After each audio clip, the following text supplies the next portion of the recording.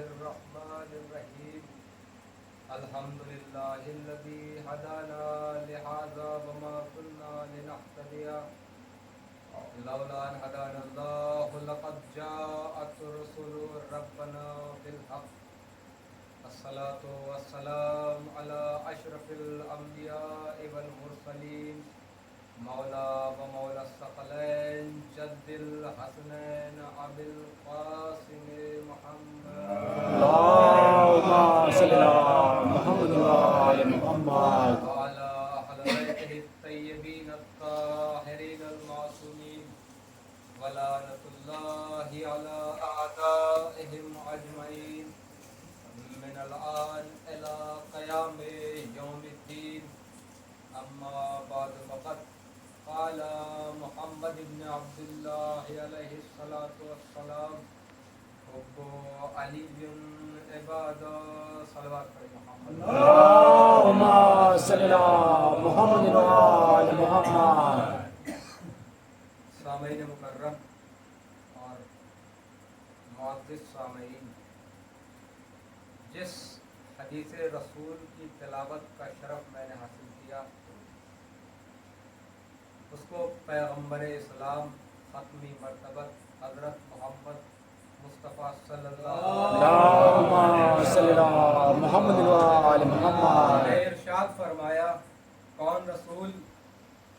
وہ رسول کہ اللہ نے قرآن کریم میں جسے کبھی طٰہٰ کہا، جسے قرآن کریم میں کبھی مزمل کہا، کبھی مدثر کہا، وہ رسول ارشاد فرما رہا ہے کہ جس کے کہنے سے ہم نے نماز کو نماز مانا، جس کے کہنے سے ہم نے روزے کو روزہ مانا، جس کے کہنے سے ہم نے زکوٰۃ کو زکوٰۃ مانا، جس کے کہنے سے ہم نے خمس کو خمس مانا، جس کے کہنے سے ہم نے جہاد کو جہاد مانا، جس کے کہنے سے ہم نے غدیر کے میدان میں علی کو مولا مانا، وہ کائنات کا رسول ارشاد فرما رہا ہے، حب علی عبادہ، علی کی محبت عبادت ہے۔ اور یہ علی کی محبت سب سے بڑی وجہ یہی ہے کہ جو آج دنیا بھر میں شیعوں کو مارا جا رہا ہے صرف علی کی محبت کی وجہ سے۔ تاریخ میں کتابیں بھری پڑی ہیں، ہمیشہ شیعوں کو مارا گیا ہے، لاشیں شیعوں کے پامال کیے گئے، تلواریں شیعوں کی گردنوں پہ چلائی گئی۔ ابھی آپ کے سامنے موجود ہے، پاکستان میں پارا چنار میں ایک شیعہ جوان تھا جس کی گردن کو پس پشت کاٹا گیا۔ وجہ کیا تھی؟ صرف اتنی کہ وہ علی سے محبت کرتا تھا۔ کیا وجہ تھی؟ علی سے محبت کرتا تھا، لیکن آپ نے دیکھا لوگوں نے اس کی گردن کو کاٹ دیا، اس کے ہاتھوں کو کاٹ دیا، اس کے پیروں کو کاٹ دیا، لیکن اس کے دل سے ولایت علی کو جدا نہ کر سکے۔ تو آج تمام دنیا بھر میں شیعوں کو مارا جا رہا ہے، مگر کوئی بھی ظالم آج تک شیعت کو ختم نہ کر سکا۔ تختے ستم الٹ گئے، مارنے والے مٹ گئے، فنار ہو گئے، لیکن ذکر علی کل بھی ہو رہا تھا، ذکر علی آج بھی ہو رہا ہے، ذکر علی قیامت تک ہوتا رہے گا۔ صلوات پڑھیں محمد۔ اللهم صل على محمد وعلى محمد. دنیا بھر میں شیعوں کو مارا جا رہا ہے، اور یہ اب سے نہیں ہو رہا ہے۔ آپ تاریخ اٹھا کے دیکھیے، بہت زمانہ گزر گیا، ایک بادشاہ تھا شداد، تاریخ نے جس کا نام دیا ہے۔ یہ اپنے زمانے میں اس نے کہا کہ علی کے فضائل بہت ہوتے ہیں، لوگ کربلا جاتے ہیں، کربلا جانے سے لوگوں کو روکا جائے۔ اس نے کیا کیا؟ دھمکی دی کہ جو بھی کربلا جائے گا اسے قتل کر دیا جائے گا، لیکن سروں کو کٹوانے کے باوجود بھی لوگ کربلا جاتے رہے۔ پھر اس نے نیا قانون نکالا کہ جو بھی کربلا جائے گا اسے ٹیکس دینا پڑے گا۔ لوگوں نے ٹیکس دیا، رقم ادا کی، پھر زیارت حسین کے لیے گئے۔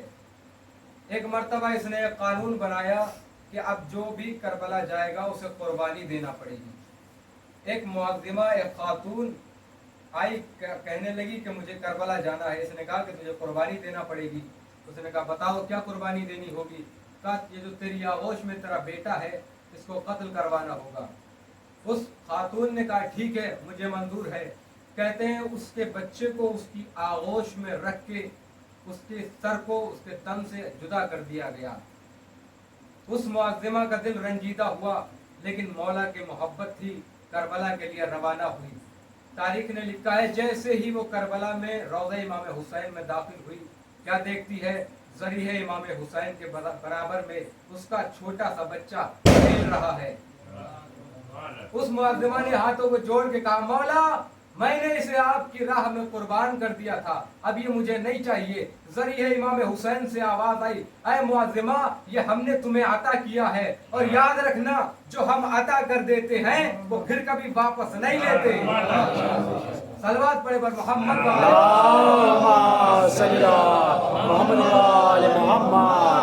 जो हम अता कर देते हैं वो फिर कभी वापस नहीं लेते हैं। कहते हैं शद्दाद गुजरा, उसके बाद और बड़े बड़े हाकिम आए, बड़े बड़े जालिमीन आए जिन्होंने शियों पर जुल्म किया। एक जमाना था जो जमाने का सबसे जालिम बादशाह गुजरा है, उसका नाम तारीख ने लिखा है हज्जाज बिन यूसुफ। ये अपने जमाने का बहुत बड़ा जाबिर और जालिम बादशाह था। इसने कानून बनाया कि मेरे दौरे हुकूमत में अली का नाम लेना जुर्म है, और अपने सिपाहियों को तैनात कर दिया गली गली, कूचे कूचे, शहरों में, कस्बों में, हर घर के दरवाजे पर अपने सिपाहियों को तैनात कर दिया कि जाओ और देखना जो भी अली का नाम ले उसे गिरफ्तार करके ले आना। ऐसे में एक शख्स निकल के आया तारीख में, जिसका नाम रखा है जनाबे अबू तम्माम। और तारीख ने यह भी लिखा है कि जालिम कितने ही पहरे लगा ले, कितनी ही रोक टोक कर ले, कितने ही सितम कर ले, लेकिन जिसके दिल में इश्क़ अली होता है वो सर चढ़ के बोलता है। जिसके दिल में इश्क़ अली होता है वो सर चढ़ के बोलता है। यही वजह है ना कि मीसम की जबान कट गई, सूली पे चढ़ा दिए गए, लेकिन फिर भी अपनी कटी हुई जबान के बावजूद जिक्र अली कर रहे थे। सलवात पढ़े मोहम्मद वाले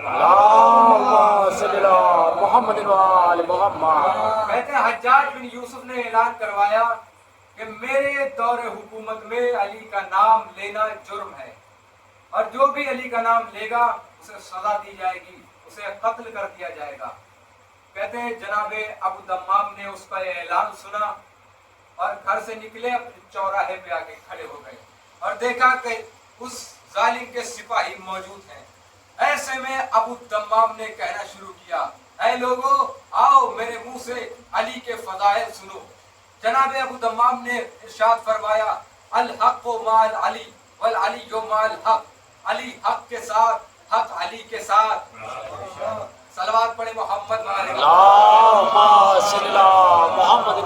मोहम्मद। उस जालिम के दौर में, उस जालिम की हुकूमत में चौराहे पे अबू तम्माम कह रहे हैं अली हक के साथ, हक अली के साथ। कहते हैं जालिम के सिपाही अबू तम्माम के करीब आए और आने के बाद कहने लगे, अबू तम्माम, क्या तुमने बादशाह का ऐलान नहीं सुना? क्या फरमाया है? कहा कि मेरे दौरे हुकूमत में अली का नाम लेना जुर्म है, जो भी अली का नाम लेगा उसे फांसी दी जाएगी, उसे कत्ल कर दिया जाएगा, उसे कोड़े मारे जाएंगे, और तुम अली अली कर रहे हो, तुम्हें अब बादशाह की खिदमत में हाजिर किया जाएगा, फिर तुम्हारे लिए कोई सजा मुअय्यन की जाएगी। कहते सिपाहियों ने अबू तम्माम को गिरफ्तार किया और करने के बाद बादशाह के दरबार में लेके हाजिर हुए। बादशाह ने पूछा, ये कौन है?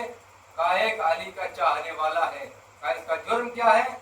कहा ये चौराहे पे खड़े होके आपके ऐलान के बावजूद, आपके मना करने के बावजूद ये अली अली कर रहे थे, ये फरमा रहे थे कि अली हक के साथ, हक अली के साथ। ऐसे में बादशाह ने कहा, अबू तम्माम, क्या तुमने मेरा ऐलान नहीं सुना कि मेरी दौरे हुकूमत में जो भी अली का जिक्र करेगा उसे कत्ल कर दिया जाएगा? लेकिन अबू तम्माम ने मुस्कुराते हुए कहा, जिसके दिल में विलाए अली जगह पाती है वो फिर तेरे जैसे बादशाह से नहीं डरता। और अबू तम्माम ने एक फिक्रा और फरमाया कि जो अली की हुकूमत में रहता हो, जो अली की सल्तनत में रहता हो, वो तेरे जैसे जालिम बादशाह की हुकूमत से नहीं घबराता। सलवात पढ़े मोहम्मद मोहम्मद। कहते हैं उस हज्जाज बिन यूसुफ ने कहा अबू दम्माम के लिए सजा का इंतजाम किया जाए। जल्लाद को हुक्म दिया कि अबू दम्माम को 80 कोड़े मारे जाएं। जल्लाद आगे बढ़ा और पहला कोड़ा मारा, आवाज आई अली हक के साथ, हक अली के साथ। दूसरा कोड़ा मारा, आवाज आई अली हक के साथ, हक अली के साथ। तीसरा कोड़ा मारा, आवाज आई अली हक के साथ, हक अली के साथ। जालिम कोड़े पर कोड़े मारता रहा, आवाज आती रही हक अली के साथ, अली हक के साथ। आलम इस मंदिर पे पहुंचा, इख्तिताम इस मंजिल पे हुआ कि सलावत पढ़े मोहम्मद। जालिम कोड़े पर कोड़े मारता रहा।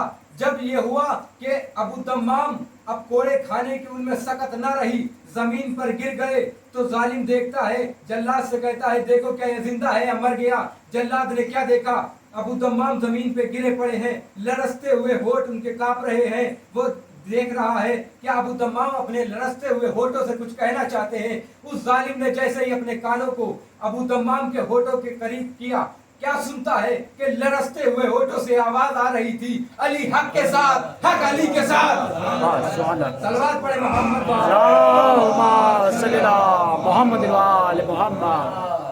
बादशाह ने देखा, कहा कि अब इसे जान से मार दिया जाए। बराबर में एक मुशीर बैठा था, मशवरा दिया, कहने लगा नहीं इसे मारा ना जाए, इसे ऐसे ही इसके घर भेज दिया जाए। कुछ घंटे कुछ साथ ये जिएगा, उसके बाद तड़प तड़प के मर जाएगा। कहते अबू दम्माम को उसी हालत में उनके घर भेज दिया गया। अब रात की तारीकी आई, अबू दम्माम बिस्तर पे करवटें बदल रहे हैं। आलम ख्वाब में गए, तकलीफ इतनी ज्यादा थी कि ख्वाब जब नींद में गए तो क्या देखते हैं, ख्वाब में जाने के बाद ये फरियाद कर रहे हैं कि या अली, काश मुझे इतनी ताकत और मिल जाए कि मैं एक मर्तबा फिर उस जालिम के दरबार में जाऊं और जाने के बाद कहूं कि अली हक के साथ, हक अली के साथ। कहते हैं इस बस ये जुमला कहना था कि मौला अली अलैहिस्सलातु वस्सलाम हाजिर हुए और फरमाया काश अबू दम्माम तुमने मुझे दरबार में बुला लिया होता। अबू दम्माम ने कहा काश मौला आप दरबार में आए होते।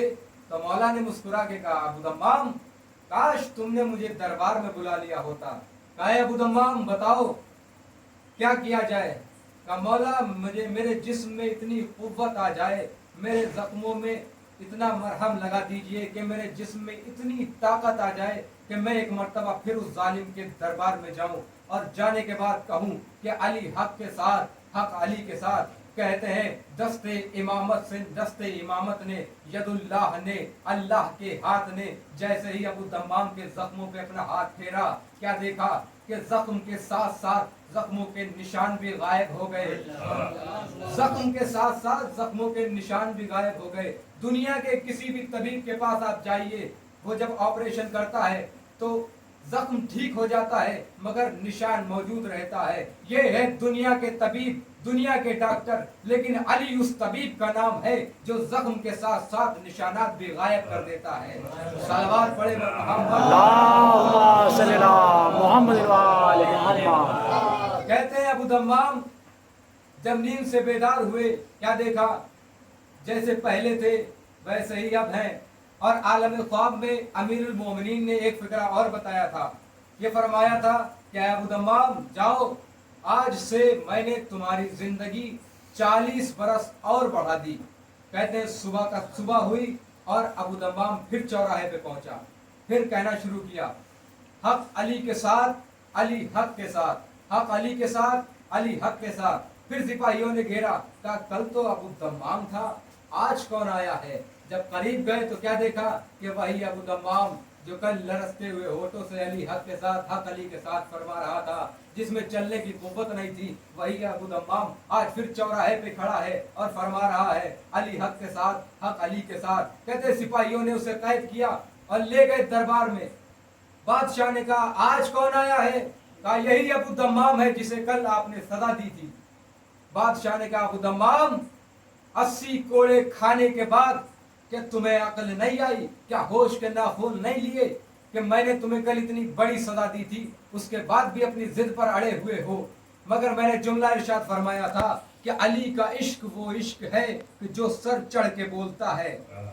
علی کا عشق وہ عشق ہے جو سر چڑھ کے بولتا ہے. ابو دمام آنے کے بعد اس کے دربار میں کھڑے ہوتے ہیں, کہتے ہیں سن, آج تم میرا کچھ بھی بگاڑ نہیں سکتا. بادشاہ نے کہا کہ تو اگر ایک مرتبہ بھی تو نے علی کا نام اپنی زبان سے لیا تو آج میں تجھے قتل کر دوں گا, آج میں تجھے مار ڈالوں گا, آج تجھے واصل جہنم کر دوں گا. ابو دمام نے تیز لہجے میں جواب دیا کہ خاموش, اب تک کل تک اگر تو یہ جملہ کہتا تو میں مان لیتا کہ کل تک تو مجھے مار دیتا, لیکن آج یہ جملہ نہیں کہہ سکتا. اس بادشاہ نے پوچھا کیوں؟ کہا اس لیے کہ کل تک جو زندگی تھی وہ اللہ کی امانت تھی, کل تک جو زندگی تھی وہ اللہ کی دی ہوئی تھی, اور آج کے بعد جو زندگی ہے وہ علی کی ضمانت ہے. صلوات پڑھیں.